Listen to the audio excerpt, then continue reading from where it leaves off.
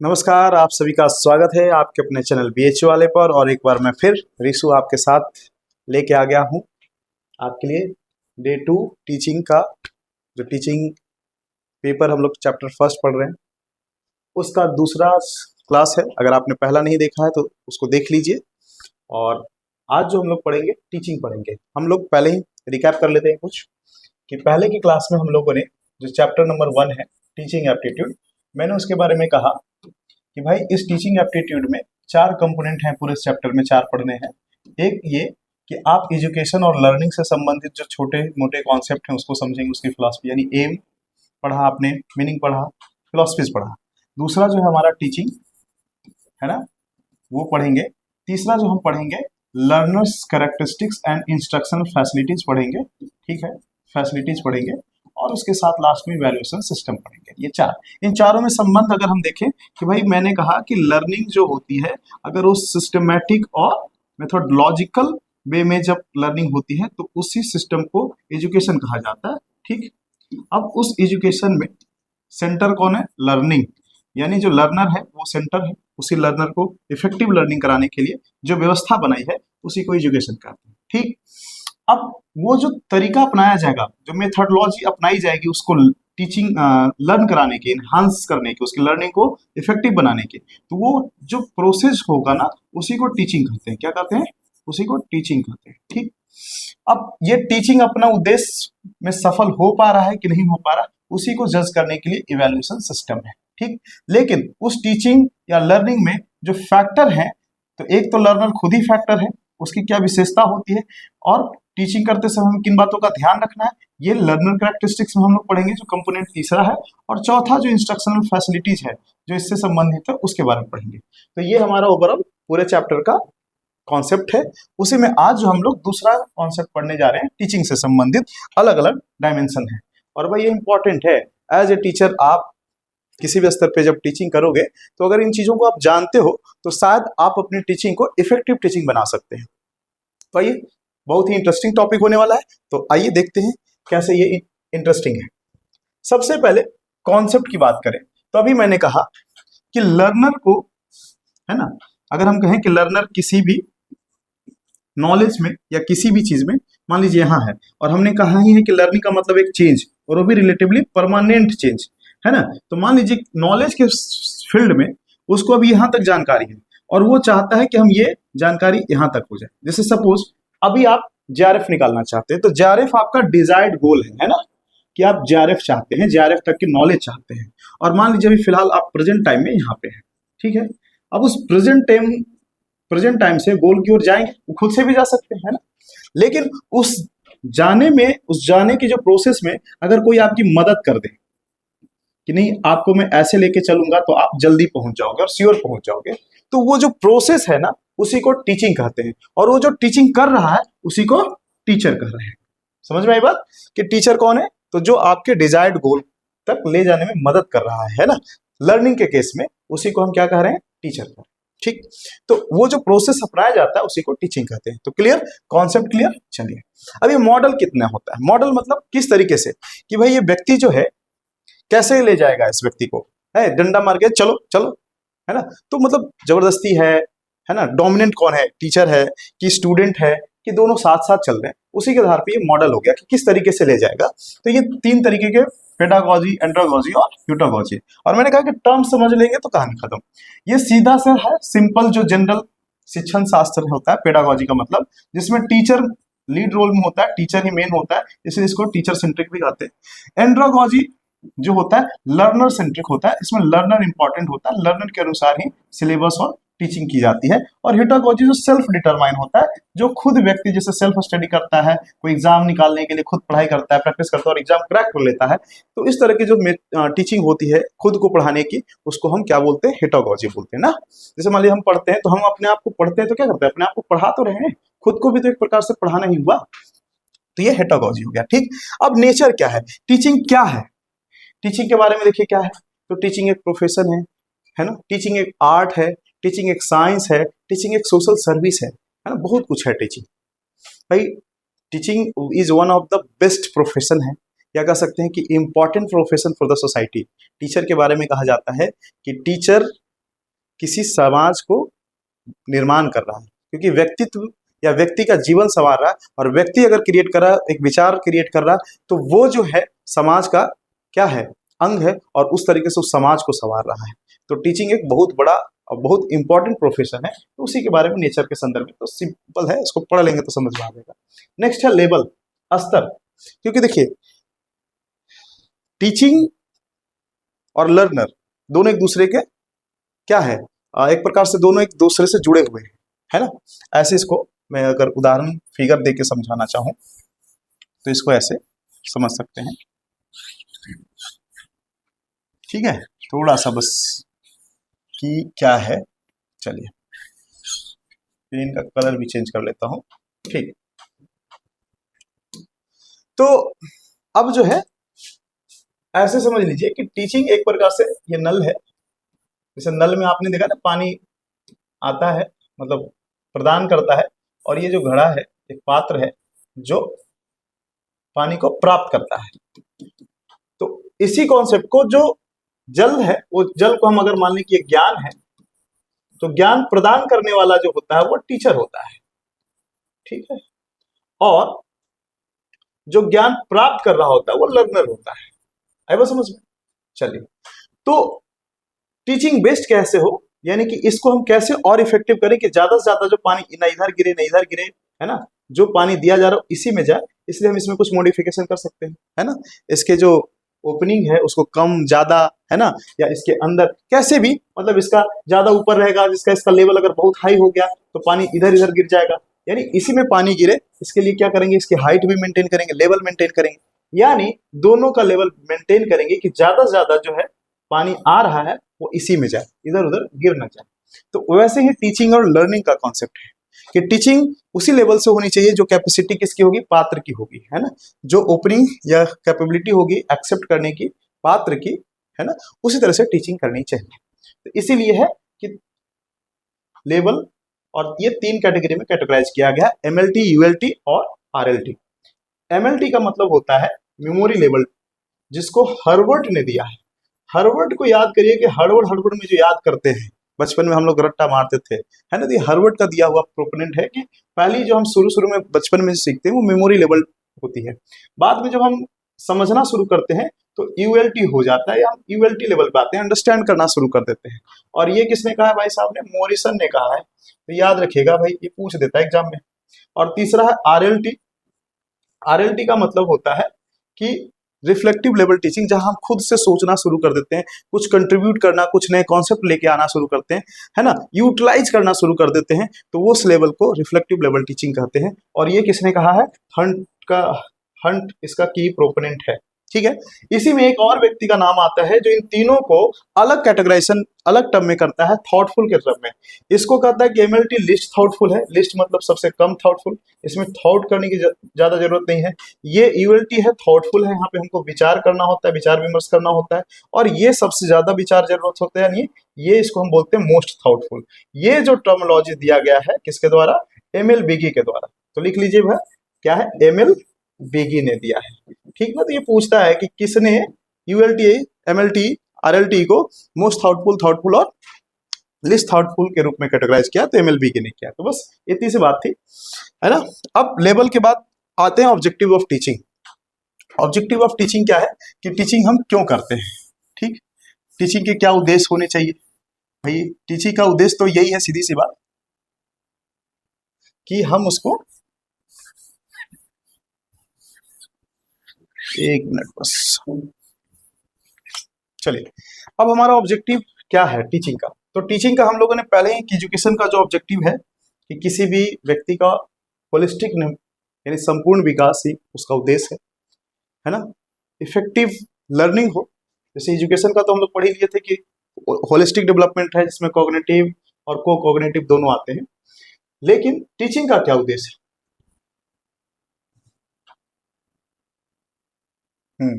Teaching का उद्देश्य जो है कि मैक्सिमम यानी इफेक्टिव लर्निंग हो, इफेक्टिव लर्निंग, ठीक है, इफेक्टिव लर्निंग हो, यानी कम समय में ज्यादा से ज्यादा सीखो और डिजायर्ड डायरेक्शन में सीखे। इसी का किसका उद्देश्य है, सिखाना ही उद्देश्य है टीचिंग का। अब इसमें तीन है, कॉग्निटिव, अफेक्टिव और साइकोमोटर। कॉग्निटिव, अफेक्टिव, साइकोमोटर के बारे में हम लोग अगले क्लास में ही, मतलब पिछले क्लास में ही पढ़ चुके हैं। कॉग्निटिव मतलब बुद्धि का विकास करना, उसके सोच के, उसके दिमाग का विकास करना। अफेक्टिव मतलब उसके इमोशनल इंटेलिजेंस को डेवलप करना, यानी दिल का विकास करना, ऐसा।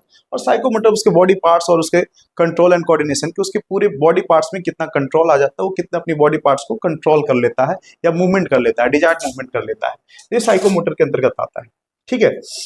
इसी के अंतर्गत हम ब्लूम को और क्रैथवोल और एंडरसन को पढ़ेंगे। आ जाइए। तो टीचिंग का ऑब्जेक्टिव है, सीधी सीधी बात, कि टीचिंग जो हम करते हैं उसका एक व्यक्ति के होलिस्टिक डेवलपमेंट, यानी कि लर्निंग कराने के लिए, और लर्निंग का जो उद्देश्य है वो 3 तरीके से विकास करना है। किसका? अगर ये व्यक्ति है, ऐसे स्ट्रक्चर समझिए, तो इसका ब्रेन का है, क्योंकि भाई सोचने समझने वाली बात, डिसीजन लेने वाली बात कॉग्निटिव डेवलपमेंट में है। उसके बाद उसका जो अफेक्टनेस है, कि किस चीज पे ये अफेक्ट होगा, नहीं अफेक्ट होगा, रिएक्ट कैसे करेगा, यानी इमोशनल इंटेलिजेंस, हर्ट की अगर बात करें तो ये इसका अफेक्टिव डोमेन हो गया, ठीक है। और अफेक्टिव के साथ अपने बॉडी, हैंड, पूरे बॉडी पार्ट्स को कैसे मूव करा लेगा, कैसे अपना कंट्रोल करेगा, कैसे इसका यूटिलाइज करेगा, तो ये सारी जो स्किल्स आ जाती है साइकोमोटर में, ठीक है। तो ये आ गया हमारा साइकोमोटर, ठीक। तो ये तो नॉर्मल थी। इसी में हमारा जो ब्लूम्स क्लासिफिकेशन है, ब्लूम्स के बारे में पढ़ेंगे। और ब्लूम्स ने ज्यादा जो काम किया है ब्रेन वाले पे, कॉग्निटिव डेवलपमेंट पे। और उसने कहा है कि भैया कॉग्निटिव डेवलपमेंट यानी जो किसी व्यक्ति का जो अपना दृष्टिकोण या जो सोचने समझने की शक्ति है, उसके एक अलग स्तर व स्टेप बाय स्टेप डेवलप होता है। और उसका उन्होंने एक ऐसा ट्रेंगल दिया, 6 भागों में बांट के, 1 2 3 4 5, 1 2 3 4 5, ऐसे। ब्लूम्स ने कहा कि जो कॉग्निटिव डेवलपमेंट होता है, यानी ये कॉग्निटिव क्लासिफिकेशन है, ना कि पूरे का, कॉग्निटिव का सिर्फ, कि जो व्यक्ति की बौद्धिक स्तर जो है कैसे स्टेप बाय स्टेप बढ़ती है। तो इन्होंने नाउन में, यानी कि इसको प्रोसेस, यानी नाउन, संज्ञा के फॉर्मेट में दिया है। जैसे इन्होंने कहा कि भाई नॉलेज पहले होता है। नॉलेज क्या है? तो जो व्यक्ति याद रखता है उसी को नॉलेज कहते हैं। जैसे उदाहरण के तौर पे मैं राज्य की राजधानी लूं, कि मुझे किसी ने बताया या मैं कहीं पढ़ा कि बिहार राज्य की राजधानी पटना है, तो मुझे ये चीज सूचना मिली, लेकिन अगर मैं उसे याद कर लूं तो ये नॉलेज हो जाता है, कि अगली बार अगर कोई पूछा कि भाई पटना की राजधानी, सॉरी बिहार की राजधानी कहाँ है, तो मैं बता दूं कि पटना है, ठीक। तो वो मुझे कहेगा भाई बड़ा नॉलेजेबल व्यक्ति है, याद है उसे। अगर उसी चीज को मैं, नेक्स्ट है कंप्रहेंशन, इन्होंने जो टर्म दिया है कंप्रहेंशन, याद रखिएगा, क्योंकि इनका और इनके साथ जो नेक्स्ट है क्रैथवोल और एंडरसन, इनका टर्म मिलते जुलते हैं। एक्चुअली वो दोनों एक ही हैं, बस टर्म्स का ही अंतर है, इसलिए टर्म्स को बड़े अच्छे से याद रखना है कि उन्होंने कंप्रहेंशन किया तो उन्होंने क्या क्या है ना। कंप्रहेंशन मतलब समझ। अब राजधानी का मतलब हम समझना शुरू कर देते हैं, अच्छा राजधानी यानी ऐसी शहर जहां से उस पूरे राज्य पे शासन किया जाता हो, प्रशासन किया जाता हो, उस जगह को राजधानी कहा जाता है। तो हमें समझ गए। अब उसको फिर हम क्या करते हैं, एप्लीकेशन करते हैं। एप्लीकेशन मतलब फिर हम उसको यूज करना शुरू कर देते हैं। कि मान लीजिए कि अगर हमें कहीं जाना हो, मान लीजिए किसी प्रदेश के मुख्यमंत्री से, जैसे मान लीजिए यूपी में है तो यूपी के मुख्यमंत्री से मिलना है, तो मुझे पता होना चाहिए कि अच्छा मैं यूज करूंगा कि अच्छा ये कहाँ मिलेंगे, तो राजधानी, और यूपी की राजधानी अगर लखनऊ है तो लखनऊ हमें जाना चाहिए, ठीक है ना। नेक्स्ट अगर हम बात करें एनालाइज करना, इन्होंने लिखा एनालाइजेशन, ठीक है, ये देख लीजिएगा। विश्लेषण करना मतलब बड़े से नॉलेज को छोटे छोटे पार्ट में करके देखना और उसका जो मूल तत्व है उसको समझना कि इसमें मेन क्या है, तो उसी को एनालाइजेशन कहते हैं, विश्लेषण करना। जैसे मान लीजिए हम 28 जितने भी राज्य हैं सबका राजधानी को पढ़ें देखें तो हमें समझ में आएगा कि सभी के लगभग जो राजधानी है वो ऐसे जगह पे बनाए जाते हैं जहां से प्रशासन चलाना आसान हो जाता है, ठीक है। तो ये एनालाइजेशन हो गया। नेक्स्ट ये इन्होंने कहा है कि इवैल्यूएशन, सॉरी सिंथेसिस, जब आप इस लेवल पे हो सकते हैं कि आप छोटे छोटे पार्ट में तोड़ के समझ सकते हैं तो आप उसको जोड़ भी सकते हैं। सिंथेसिस मतलब जस्ट उल्टा जोड़ना, कि आप उन छोटे छोटे कॉन्सेप्ट को एक जोड़ के एक नया रूप भी दे सकते हो, उसी को सिंथेसिस बोलते हैं। तो इन्होंने बोला सिंथेसिस करना उसको आ जाता है, ठीक है। यहाँ से वो एक नए स्तर का ज्ञान या नॉलेज भी बना सकता है। और लास्ट लेवल जो छठा है वो है इवैल्यूएशन, और इस स्तर पे बढ़ सकता है कि वो मूल्यांकन भी कर सकता है, अगर वर्तमान में जो नॉलेज सिस्टम है उसका मूल्यांकन भी कर सकता है। तो ये इस स्तर तक व्यक्ति की सोच और समझ बढ़ जाती है। तो ये एक एक करके लेवल बताया गया। लेकिन इसी में बाद में जैसे 1950 के दशक में दिए, तो ये बाद में भाई साहब क्रैथवोल और एंडरसन जो है 2000 के दशक में बात बोलते हैं कि इसमें थोड़ा सा अपडेट करते हैं। कहते भाई आपने जो ये नाउन में कहा है ना, इन्होंने सिर्फ वर्ब में कर दिया, एक्शन फॉर्म में कर दिया, वर्ब में कर दिया। और दूसरा जो चेंजेस किया कि यहाँ जो छठे नंबर पे इवेल्युएशन है उसको पांचवें नंबर पे ले आया, और जो पांचवें नंबर पे था उसको छठे नंबर पे ले आया। यानी यहाँ क्रिएट जो सिंथेसिस वाला काम हो रहा था पांचवें नंबर पे, इन्होंने लास्ट में कर दिया। और जो पांचवें नंबर पे हो रहा था, सॉरी छठे नंबर पे इवेल्युएशन हो रहा था, इसको इवेल्युएट जो है नीचे कर दिया, इवेल्युएट। ठीक है ना। अब इनका देख लेते हैं नीचे से। इन्होंने नॉलेज को कहा कि भाई सीधी सीधी बात हम रिमेंबर ही करते हैं, तो जो रिमेंबर करते हैं वही वर्ब के फॉर्म में याद करना, और जो रिमेंबर करते हैं उसी को हम फिर आगे उसके आधार पे हम समझते हैं, है ना। तो अंडरस्टैंड करना, ठीक है, ये अंडरस्टैंड करना। फिर उसी ने बोला कि जो हम अंडरस्टैंड करते हैं उसी को हम फिर नॉलेज में अप्लाई करते हैं, और अप्लाई करने के बाद हम उसी को एनालाइज करते हैं, है ना। एनालाइज करने की स्थिति के बाद हम इवेलुएट भी करना सीख जाते हैं, और आगे जरूरत पड़ने पे क्रिएट भी कर लेते हैं। तो यही अपडेट इन्होंने दी है बस। ये किसने दिया? क्रैथवॉल और एंडरसन का। तो ये पूछा जाता है सीधी सीधी। नेक्स्ट अगर बात करें गगने एंड ब्रिक्स की बात, भाई साहब इन्होंने क्या कहा? इन्होंने कहा कि भाई लेकिन उनको पढ़ने से पहले हम अभी सिर्फ किसकी बात कर रहे हैं? कॉग्निटिव की। ये ध्यान देने वाली बात है कि कॉग्निटिव का ही क्लासिफिकेशन ब्लूम्स ने किया है और क्रैथवॉल भाई साहब ने और एंडरसन ने किया, ये वाला। लेकिन हमारा तो और दो है ना, अफेक्टिव और साइकोमोटर। तो इनके बारे में भी तो थोड़ा सा जान लें कि इसके अंतर्गत क्या स्टेप है। ये तो स्टेप बता दिए सब। किसके बारे में? कॉग्निटिव में। अफेक्टिव और रिफ्लेक्टिव में क्या है, यानी साइकोमोटर में क्या है, वो भी स्टेप देख लेते हैं। उसके बाद देखेंगे गगने एंड ब्रिक्स ने क्या कहा है। चलिए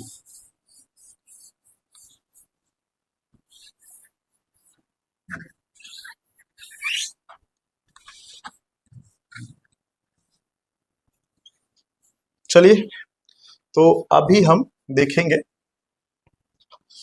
हाँ, तो कॉग्निटिव के बारे में तो खूब चर्चा हो गई भाई। अब हम अफेक्टिव और साइको का भी देख लेते हैं। देखिए साइको में ये है, साइको मोटर में, मोटर मतलब साइको मतलब मन, मन, और मोटर मतलब आप जानते हैं गति, मोशन से बना है। यानी मन जैसा सोच रहा है उससे हमारा हाथ, जैसे तबला सीख रहे हैं तो हमारा हाथ, अंगुली, है ना, पैर, ये सब चल सके जैसा हम चाह रहे हैं। तो उस तरीके के लेवल पे जो डेवलपमेंट होती है उस डेवलपमेंट को साइकोमोटर कहते हैं, और उसके भी अलग अलग लेवल होते हैं। तो कैसे डेवलप होता है? एक ही दिन में तबला थोड़ी सीख जाता आदमी, है ना। बाइक चलाना देखते कैसे कैसे स्टंट मार देता है लोग, कितना कंट्रोल हो जाता है उसके अपनी बॉडी पे। तो एक दिन में नहीं आता, उसके भी अलग अलग लेवल है। तो जरा देखते हैं किस स्टेप में होता है। तो अफेक्टिव को मतलब ऐसा डोमेन जिससे एक व्यक्ति अफेक्ट करता है और उसी के अनुसार वो रिस्पॉन्ड करता है किसी भी स्टिमुलस का। तो ये देखिए इसका एक प्रकार से कहें कि इमोशनल इंटेलिजेंस की बात होती है। ये इंटेलेक्चुअल होता है ना, बौद्धिक। और ये इंटेलेक्चुअल के साथ साथ हम इसको कह सकते हैं आईक्यू, जिसको हम बोलते हैं ना आईक्यू, कितना जानकारी है, कितना बुद्धि है। उसी तरह से इमोशनल इंटेलिजेंस है, और इस पे भी काम अलग अलग लोगों ने किया है। जैसे इमोशनल इंटेलिजेंस पे काम करने वाले एक गोलमैन है। गोलमैन ने इमोशनल इंटेलिजेंस का कॉन्सेप्ट दिया है। तो ये देख लीजिएगा, ये पूछ देता है कभी कभी, है ना। फॉरिया मोरेले हैं जिन्होंने इंटेलिजेंस टेस्ट बनाया है, इंटेलिजेंस टेस्ट बनाया है कि इससे हम किसी भी व्यक्ति का इमोशनल इंटेलिजेंस टेस्ट कर लेते हैं। ठीक है, तो ये चीजें बस जाननी है। ये स्टेप क्या है, इन्होंने देखिए इसका स्टेप जो है नंबर 1 पे, कि सबसे पहले कोई रिसीव करता है, कोई भी चीज को रिसीव करता है। रिसीव करने के बाद जो है वो कैसे रिस्पॉन्ड करता है, वो इसी के अंतर्गत आता है, रिस्पॉन्ड, है ना। उसके बाद वो कैसे उस चीज को ऑर्गेनाइज करता है ना, वैल्यू करता है, सॉरी वैल्यूम देता है ना। फिर उसके बाद वो कैसे ऑर्गेनाइज करता है और कैसे उसी को कैरेक्टराइज करता है। तो ये 5 स्टेप भी आपके किसके हैं? एक प्रकार से अफेक्टिव डोमेन में आ गए। मतलब किसी व्यक्ति की कैसे कैरेक्टर डेवलप होगी, है ना, ये अफेक्टिव डोमेन के अंतर्गत आता है। जैसे सबसे पहले वो रिसीव किया किसी भी चीज को, वो कैसे रिसीव करता है ये, फिर वो कैसे रिस्पॉन्ड करता है। जैसे उदाहरण के तौर पे, जैसे मान लीजिए मैं प्रशंसा को लेकर के या निंदा को लेकर के, मैं निंदा को लेकर के देखते होंगे कि बचपन में निंदा अगर कोई करता है तो उसको हम निगेटिवली रिस्पॉन्ड कर देते, उसकी भी हम निंदा करते थे या उसको भला बुरा कह देते थे। लेकिन जैसे जैसे हम बढ़ते हैं तो कुछ चीजें समझते हैं, हमारा परसेप्शन चेंज होता है, तो निंदा को भी हम एक्सेप्ट करना शुरू करते हैं, और फिर उसके बाद हम सीखने के बाद उस निंदा को यूटिलाइज करते हैं और अपनी कमियों पे काम करके बेहतर करने का प्रयास करते हैं। ठीक है। तो ये चीज कैसे होती है, मान लीजिए हम कोई चीज कैसे रिसीव करते हैं, फिर कैसे रिस्पॉन्ड करते हैं, फिर किस चीज की वैल्यू करते हैं। वैल्यू मतलब होता है कि भाई पहले हम प्रशंसा की वैल्यू कर रहे थे, निंदा को नहीं, लेकिन हम बाद में पता चला कि नहीं, निंदा भी जरूरी है अपना अगर इम्प्रूवमेंट चाहते हैं तो फिर हमारे लिए क्या हुआ, वैल्यू चेंज हुई, कि निंदा भी हमारे लिए वैल्यूबल हो गई, हम अपनी कमी को भी सुनते हैं। उसके बाद ऑर्गेनाइज करते हैं कि जो भी सुनते हैं उस चीज़ों को ऑर्गेनाइज, कि क्या सही क्या गलत है, किसको होना चाहिए, किसकी वैल्यू होनी चाहिए। और जो चीज़ हम जब सीख लेते हैं, समझ जाते हैं, दिमाग में बैठ जाता है, ऑर्गेनाइज हो जाता है, तो वो हमारे दिलों यानी दिल में या कैरेक्टर में बस जाता है, फिर हम वैसा बन जाते हैं, हम वैसा ही बिहेव करना शुरू करते हैं। तो ये कैरेक्टराइजेशन इस लेवल पे क्या हो जाता है, कैरेक्टराइजेशन हो जाता है। ठीक, तो ये इफेक्टिव डोमेन हो गया। अब साइकोमोटर डेवलपमेंट की भी स्टेज है भाई। देखिए कोई भी आप ट्रेनिंग लेते हैं, खास करके फिजिकल ट्रेनिंग जो भी होता है, जिसमें आपको अपने बॉडी पार्ट्स की बड़ा एक्सपर्टनेस चाहिए होता है। जैसे मान लीजिए कि तलवारबाजी या बॉक्सिंग या क्रिकेट ले लीजिए, क्रिकेट से तो सब, अब सोचिए इतना तेज बॉल आता है, सोचिए, और उस तेज के अगर कहीं उधर उधर लग जाए तो क्या होगा। और दूसरी बात कि कैसे उस छोटे से बल्ले से, देखिए जिस डायरेक्शन में चाहता है उस डायरेक्शन में बॉल को भेज देता है। तो इस तरह का जो एक्सपेरिमेंट एक दिन में नहीं आता, धीरे धीरे होता है। तो कैसे आता है उसके स्टेप देख लेते हैं, ठीक ना। तो आइए, सबसे पहले वो क्या करता है, इमिटेशन करता है। इमिटेशन का मतलब होता है नकल। सबसे पहले किसी के मूवमेंट को, फिर उसके बाद मैनिपुलेट करता है। इसको मिटा दें ताकि आप उसको क्लियरली समझ जाए, ठीक। फिर मैनिपुलेट करता है, ठीक है। फिर उसके बाद मैनिपुलेट के बाद प्रिसीजन करता है, संक्षिप्त स्पष्टीकरण करता है। उसके बाद अगर हम बात करें तो आर्टिकुलेशन करता है। आर्टिकुलेशन करता है यानी एक्यूरेट करने की कोशिश करता है। और फिर ये नेचुरलाइजेशन होता है, ठीक है। अब मैं आपको उदाहरण देता हूँ, नेचुरलाइजेशन होता है। मान लीजिए क्रिकेट, शुरू में आप बच्चे थे, क्रिकेट खेलना नहीं जानते थे, तो किसी को बैट लेके ऐसे देखते थे कि अच्छा ये ऐसे करता है, तो नहीं आता था। हम लोग कोई भी डंडा लेकर के क्या करते थे बच्चे में, है हम भी लेके ऐसे से बस भागना शुरू करते, नकल करते थे, अच्छा वो ऐसे करता है हम भी ऐसे करते थे, है ना। या फिर बाइक का देख लीजिए, बाइक कोई चलाता तो किसी के बाइक पे बैठ के ऐसे से करते रहते, देखते रहते ना कि भाई देखो ऐसे बाइक चलाता है। तो वो जो है इमिटेशन है, नकल। जब नकल करते हैं तो कई बार हम कॉपी सिर्फ करते हैं, लेकिन जब हम मैनिपुलेट करते हैं, जब कुछ समझ जाते हैं तो हेर फेर करना शुरू करते हैं। हम बस अभी खाली बॉल लेकर के कर रहे थे, फिर हम क्या करते हैं, शुरू में खेलना शुरू करते हैं, तो उसी बॉल को या अपने से बॉल लेकर मारना शुरू कर देते थे ना, इधर मारते थे उधर मारते थे, तो थोड़ा हेर फेर करना शुरू करते हैं। तो हमारा शॉट्स हो सकता था कि पकड़ने, हेर फेर मतलब पकड़ने का सही तरीका ये हो, लेकिन हम ऐसे ही पकड़ सकते थे, मतलब थोड़ा बहुत हेर फेर करके हम ट्राई करते हैं। फिर वो प्रिसीजन करते हैं, स्पष्टीकरण। बाद में धीरे धीरे होता है कि नहीं ऐसे नहीं बल्ला पकड़ते, ऐसे पकड़ते हैं, एक ऊपर एक नीचे ऐसे पकड़ते हैं ताकि उसको हम कलाई से मोड़ सकें। तो इस तरीके धीरे धीरे प्रिसीजन करते हैं। और फिर वो धीरे धीरे प्रैक्टिस के साथ क्या होता है, जब हम एक्सपीरियंस करते हैं कहाँ सही कहाँ गलत, तो आर्टिकुलेशन करने की कोशिश करते हैं, मतलब ठीक करने की, बिल्कुल एग्जैक्ट करने की कोशिश करते हैं कि नहीं अब हम अच्छे से ये ड्राइव होना चाहिए, ये शॉट होना चाहिए, ऐसे खेलते हैं। लेकिन धीरे धीरे नेचुरलाइजेशन नहीं होता। जब हम नया खेलते हैं, नया शॉट खेलते हैं, तो देखते हैं वो मतलब जो होता है एक प्रकार से कि वो नर्वसनेस, वो हड़बड़ाहट दिखती है। लेकिन धीरे धीरे वो शॉट, वो चीज क्या हो जाती है, नेचुरलाइजेशन हो जाती है। वो आराम से, कि कितना भी तेज खेले आराम से शॉट मारते हैं, है ना। वो आपके नेचर में आ जाता है कि आप कहीं भी खेल लो, किसी भी मूड में खेल लो, जब भी आएगा उस बॉल को उस तरफ में जिधर मारना चाहते हो आराम से आप मार लेते हो, तो उस स्तर तक आप पहुंच जाते हो। तो इसी को नेचुरलाइजेशन बोलते हैं, ठीक है। तो उस स्तर तक पहुंच जाते, ठीक। तो हम लोगों ने कॉग्निटिव, अफेक्टिव, साइकोमोटर तीनों को एक एक करके देखा। उसमें से कॉग्निटिव पे दो लोगों का काम, एक ब्लूम्स का और दूसरा क्रैथवोल और एंडरसन का काम को देखा। अब हम लोग गैगने एंड ब्रिक्स को देख लेते हैं कि इन्होंने क्या कहा। तो इन्होंने कॉग्निटिव, अफेक्टिव और साइकोमोटर को तीनों को एक साथ करके बोल दिया कि भाई साहब आप जो ये सब अलग अलग कर रहे हो ना, उसको एक साथ बोल दो। कि भाई 5 चीजें उन्होंने एक ही साथ बोल दी कि ऑब्जेक्टिव ऑफ टीचिंग, जो गगने एंड ब्रिक्स भाई साहब ने कहा कि भाई साहब ये जो है ना, जो आप 3 अलग अलग कर रहे हो, मोटा मोटी शब्दों में कहो तो देखो, सबसे पहले इंटेलेक्चुअल डेवलपमेंट, जो आप कॉग्निटिव कर रहे हो भाई वो इंटेलेक्चुअल डेवलपमेंट है, बौद्धिक विकास करना चाहते हैं, है ना। इमोशनल डेवलपमेंट करना चाहते हैं, जो हम अफेक्टिव में देख रहे थे, सीधी सीधी बात। वर्बल डेवलपमेंट यानी वर्बल कम्युनिकेशन को डेवलप करते हैं कि शब्दों को कैसे वो बोले, कम्युनिकेट करे, है ना, उसके अंदर। और ऐसी चीजें कैरेक्टराइजेशन करते हैं, मतलब ये सारी चीजें उन्होंने सीधी सीधी बात बोल दी कि हम ये चाहते हैं कि ये गगने एंड ब्रिक्स ने ऐसे बोल दिया 5, ठीक है, देख लीजिएगा। तो बस यही है और कुछ नहीं है। तो ये ऑब्जेक्टिव हो गया। अब हम लोग इफेक्टिव टीचिंग, और नेक्स्ट है कि टीचिंग को इफेक्टिव कैसे बनाए, और वे ऑफ टीचिंग क्या होता है, और मेथड ऑफ टीचिंग क्या होता है। फिर इसके बाद ये आज का जो लेक्चर है वो कंप्लीट हो जाएगा। देखिए टीचिंग इफेक्टिव है ना, पढ़ाना तो है कि भाई ऐसे भी कि जो हम सिलेबस लेके आए हैं विद्यार्थियों के सामने बस रख दे, वो भी हो गया, लेकिन बच्चा सीखा कितना। जैसे मान लीजिए मैं आज आया और 100 क्वेश्चन बताया, ठीक, और बाद में बच्चों से पूछा तो एक दिन पढ़ाया फर्स्ट डे तो 80 क्वेश्चन बच्चों ने रिप्लाई दिया कि सही सही, दूसरे दिन मैंने फिर पढ़ाया तो बच्चे 90 क्वेश्चन अच्छे से बताए, 10 क्वेश्चन नहीं उनके आते। तो भाई मुझे पता चला ना कि उस दिन 80 क्वेश्चन याद करके सीख गए, 90 क्वेश्चन अगले दिन सीख गए, यानी कि हमारी इफेक्टिविटी बढ़ रही है। और अगर ये चीज घटे, मान ली 60 हो जाए, तो हमें पता होगा ना, हम कंपेयर कर सकते हैं कि ये ज्यादा इफेक्टिव है, ये है, तो ये है, तो कौन है, तो सबसे ज्यादा इफेक्टिव टीचिंग ये है। यानी जो उद्देश्य था वो मैक्सिमम जिसमें कंप्लीट हो जाए, उसी को, उस प्रोसेस को कि ज्यादा से ज्यादा अपने गोल को अचीव करे, उसी को इफेक्टिव टीचिंग कहते हैं। यानी टीचिंग इफेक्टिव कब हो, जब लर्निंग, डिजायर्ड लर्निंग जितना ज्यादा होगी, उसी को इफेक्टिव टीचिंग कहते हैं।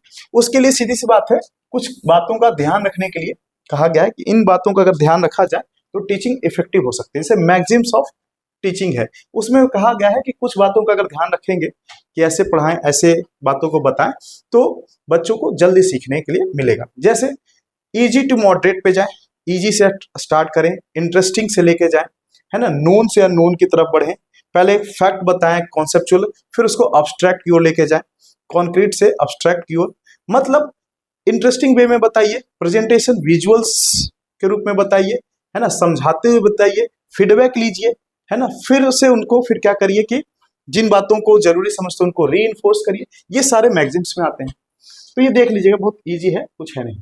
नेक्स्ट है सिद्धांत, प्रिंसिपल। कुछ सिद्धांत उस तरीके की बात होती है जिसके आधार पे कोई चीज हम कह सकते हैं कि ये इफेक्टिव दावे के साथ करते हैं। तो कुछ सिद्धांतों का अगर हम पालन करें तो और भी टीचिंग इफेक्टिव होती है। जैसे एक जनरल सिद्धांत है कि पढ़ाते समय हमें बच्चे का जो जो जरूरत है या अपने कॉन्सेप्ट क्लियर होनी चाहिए, कॉन्साइज कम्युनिकेशन अच्छी होनी चाहिए, कॉन्सेप्ट अच्छा होना चाहिए, कॉन्फिडेंट टीचिंग होनी चाहिए। तो ये सारी चीजों का अगर हम ध्यान रखते हैं तो टीचिंग अच्छी होगी।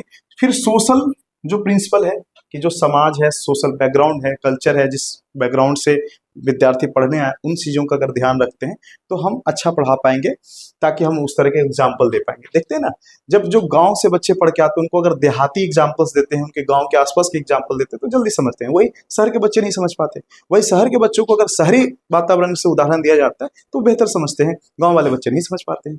तो ये चीज़ का ध्यान रखना चाहिए। नेक्स्ट है साइकोलॉजिकल, है ना, हमने कहा था कि साइकोलॉजिकल मतलब मनोविज्ञान, मन यानी जो दिमाग कैसे कोई चीज़ जल्दी गेन करता है, सीखता है, उसको अगर हम ध्यान में रखें, अपडेटेड रहें उन चीज़ों से, तो हम बेहतर तरीके से सिखा सकते हैं, है ना। इसमें जैसे मान लीजिए एक लाइन उदाहरण कि picture says more than the words, यानी कि माइंड को पिक्चर ज़्यादा याद होता है, जल्दी याद होता है इन कंपेयर टू वर्ड्स। तो हम इन चीज़ों को ध्यान में रखते हुए पढ़ाएंगे कि पिक्चर्स का, विजुअल्स का, फ्लो चार्ट का जो है हम ज़्यादा से ज़्यादा इस्तेमाल करें, है ना, during the lecture, during the teaching. अगर हम बात करें कनेक्टिंग का, कि अगर हम सिमिलरिटी और डिसिमिलरिटी को बताते हुए याद कराएं तो बच्चे को जल्दी सीखने में मिलता है। फ्लो चार्ट या कनेक्ट करके पढ़ाएं, माइंड मैपिंग करें तो विद्यार्थियों को जल्दी समझ में आता है सीखने, है ना। कुछ इसी तरीके का प्रयास जो है आपको इस टीचिंग में दिख भी रहा है, ठीक ना। चलिए, तो ये आपका ये खत्म हो गया। नेक्स्ट है वे ऑफ टीचिंग, पढ़ाने का तरीका कैसे होता है।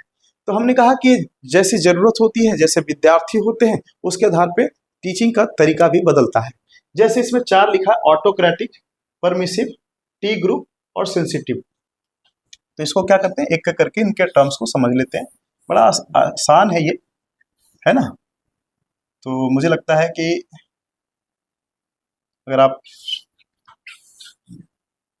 सॉरी कहाँ चला गया, हाँ, तो फीडबैक में जरूर बताइएगा कैसा लग रहा है पढ़ाई आपको, कहीं बोरिंग तो नहीं हो रहे हैं। मैं आपकी बस यही मेरी कोशिश है कि आप जो पढ़ रहे हैं, खास करके केवीएस मदान बुक जो पढ़ रहे हैं, थोड़ा सा जो विद्यार्थी पहली बार पढ़ते हैं उनके लिए थोड़ा सा बोरिंग लगता है, थोड़ा टेक्निकल टर्म्स हैं, है ना, तो मैं उसको मदद कर रहा हूं आपको कि इन टर्म्स को जब आप समझ लेंगे और फिर पढ़ेंगे तो आपको जल्दी से समझ में आएगा और आप कम समय में बेहतर याद कर सकते हैं। और बने रहिए बस हमारे साथ, हम आपके लिए पूरी कोशिश करेंगे कि याद भी करें, पीवाईक्यू के माध्यम से क्वेश्चन भी कैसे बनाया जाता है ये करेंगे, लेकिन हम इन दोनों चीज़ों को समझ लेते हैं, ठीक है। तब हमारा ये आज का लेक्चर कंप्लीट हो जाएगा। ऑटोक्रेटिक मतलब भाई जिसमें तानाशाहियत हो, जिसमें टीचर ही डिसीजन मेकिंग हो कि वो कैसे पढ़ाना चाहता है, उसी पे डिपेंड करता है ना। लेकिन परमिसिव क्या है? परमिसिव मतलब आप जैसे शब्द से हैं कि इसमें लर्नर्स को परमिशन होती है कि वो कैसे कंफर्टेबल है वो बता सकता है, उसकी बात सुनी जाती है, तब वो teaching method permissive teaching method में आती है। टी ग्रुप का मतलब होता है कि छोटे से ग्रुप में स्टडी कराया जाता है, डिस्कशन किया जाता है, जिससे सेल्फ अवेयरनेस बढ़ती है कि हमें और क्या इंप्रूव करना चाहिए हमारी, है ना। तो ये टी ग्रुप मेथड होता है। एक सेंसिटिव होता है। तो सेंसिटिव क्या होता है भाई साहब कि ऐसे कुछ मुद्दे होते हैं जिसमें हम ये चाहते हैं कि विद्यार्थी उन चीजों के बारे में सेल्फ अवेयरनेस या अपनी जो प्रिजडिस है वो खुद समझें, है ना।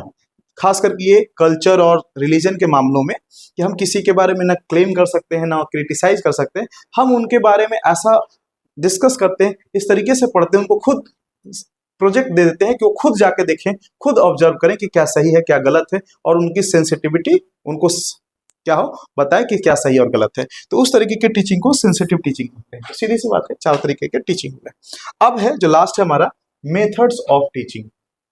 भाई जो हम टीचिंग करते हैं वो अलग अलग तरीके से हो सकते हैं। जैसे बोर्ड चौक का इस्तेमाल करते हैं, है ना, स्मार्ट बोर्ड का कर रहे हैं, लेक्चर दे रहे हैं, नोटबुक दे रहे हैं, फील्ड विजिट कर रहे हैं, बहुत सारे ऐसे तरीके हैं। उन सभी तरीकों को 3 प्रमुख भागों में कैटेगराइज कर दिया गया: learner centric, teacher centric, mixed centric, मतलब मिक्स्ड। अब लर्नर सेंट्रिक कब होता है? जब लर्नर कम संख्या में हो, जैसे खास करके इंडिविजुअल हो या स्मॉल ग्रुप में हो, तो उनके आधार पे हम टीचिंग कर सकते हैं कि भाई वो बच्चा किस माध्यम में, जैसे वो किस भाषा में ज्यादा कंफर्टेबल है, किस तरीके से कंफर्टेबल है ना, तब हम उसके आधार पे टीचिंग कर सकते हैं। लेकिन अगर लर्नर्स की संख्या अधिक हो तो सभी लर्नर्स का ध्यान नहीं रखा जा पाएगा। तो एक कॉमन और स्टैंडर्ड टीचिंग मेथड जो टीचर बनाता है वो, इसलिए वो टीचर सेंट्रिक में आ जाता है, इसलिए टीचर में आ जाता है टीचर सेंट्रिक।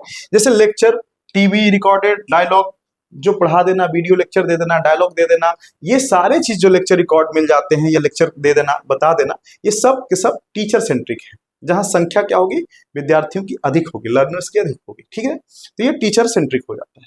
लेकिन लर्नर सेंट्रिक में बहुत सारे ऐसे आते हैं, जैसे आपका ट्यूटोरियल हो गया, असाइनमेंट हो गया, केस स्टडी हो गया, है ना, फील्ड विजिट हो गया, ये सारी चीजें। तो ये सारे जो लर्निंग की होता है, प्रोजेक्ट वर्क हो गया, असाइनमेंट हो गया, ये सब लर्नर्स को ही ऊपर छोड़ दिया जाता है कि आप जाइए प्रॉब्लम सॉल्विंग, आप जाइए उसको सीखिए, करके देखिए, करने से आप जो सीखेंगे वो बताइए, साइन करिए, असाइनमेंट दिया जाता है, प्रोजेक्ट दिया जाता है। तो ये सब जो अलग अलग लिखे हुए टर्म्स है आप उसको देख लीजिएगा, जिसमें से मुझे लगता है कि जो बच्चे कंफ्यूज होंगे एक ह्यूरिस्टिक मेथड में होंगे और पीपीआई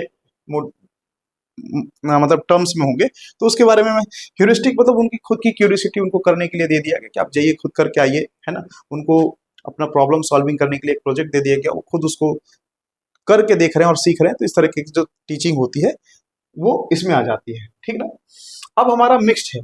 मिक्स्ड मतलब कि जहां हमारा लर्नर्स छोटे संख्या में हो, स्मॉल ग्रुप ऑफ लर्नर हो, तो हम वहां पे मिक्स्ड मेथड अपनाते हैं, थोड़ी टीचर सेंट्रिक में और लर्नर सेंट्रिक में।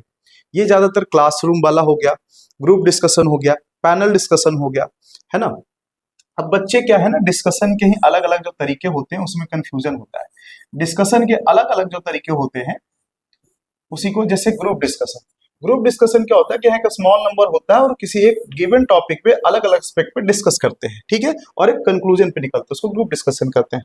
पैनल डिस्कशन क्या होता है कि एक बड़ी ऑडियंस बैठी होती है और आगे पैनल में 2-3 एक्सपर्ट या जो भी है, कुछ एक्सपर्ट्स बैठे होते हैं और उनके सारे मुद्दे पे वो डिस्कशन करते हैं उस ऑडियंस के सामने।